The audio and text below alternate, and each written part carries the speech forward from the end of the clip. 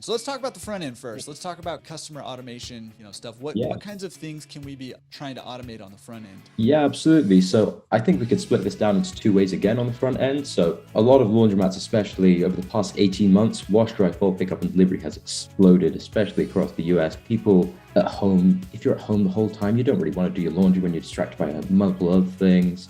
So that wash, dry, fold services has not just only helped to like grow businesses and expand, but it's been super convenient for customers as well. So automating that customer side of things with giving people apps, online booking tools, and we'll get into the sort of be everywhere in a bit, but automating things on their journey. So when they're booking in, or if they're booking on, say, subscriptions, things are just running super smoothly on autopilot. The customer side of things, they see a very sleek, seamless business process, from really nice booking tools for them to booking collections, really nice sort of text notifications when things are being collected from them. So drivers, they can track on their way to them, similar to how they track Uber drivers on their way to you. Do you see like a nice little van on the way? You get ETAs. It just makes a good customer experience overall. And on the flip side as well, on the front end, if people are coming into your store doing wash, dry, fold collection, in store with you, it's super useful to automate that. So people, if they're using laundry cards, for example, spider wash, fast card, whatever they're using, taking that at the till, keeping that customer experience super unique and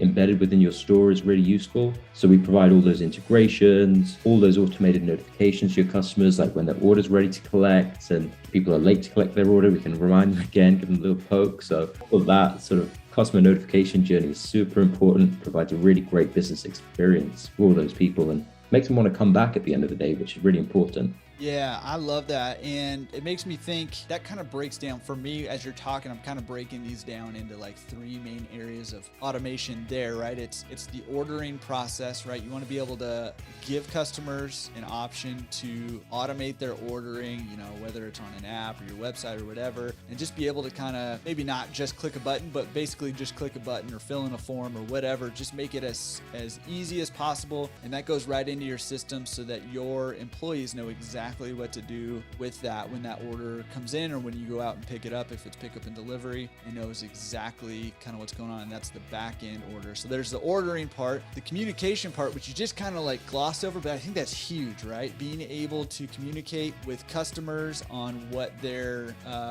where their order is at in the process. Hey, you haven't picked up your order in forever and it's just sitting in our back room taking up space, or whatever the communication that needs to happen, and vice versa, right?